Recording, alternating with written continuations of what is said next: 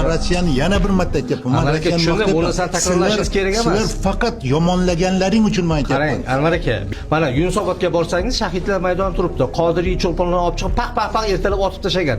Shuni kim qildi? NKVD qildi aka. U o'sha paytda biz hammamiz, biz ham siz ham hammamiz u yerni qoralagan. Agar imkoniyat bo'lsa, Rossiya orzu qiladi, yana bizni qo'lda ishlatishni, paxta mana qarang, bizga Chor Rossiyasi hokimiyatga bizga kelgan paytda mana 1 yilda o'sha Chor Rossiyasi o'sha narsani hozir maqtayaptimi Rossiya?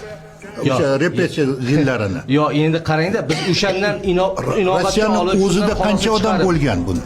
Qancha odam u yerda ham repressiya qilingan. Faqat O'zbekistonni qilmagan u, butun uni bolsheviklar qildi, lekin Chor Rossiyasi ham qarang, bizda hokimiyat o'zgaryapti, podshoni otib tashlayapti-dagi Lenin, lekin ular undan 5 batar qul qilyapti O'zbekistonni, umuman Turkistonni.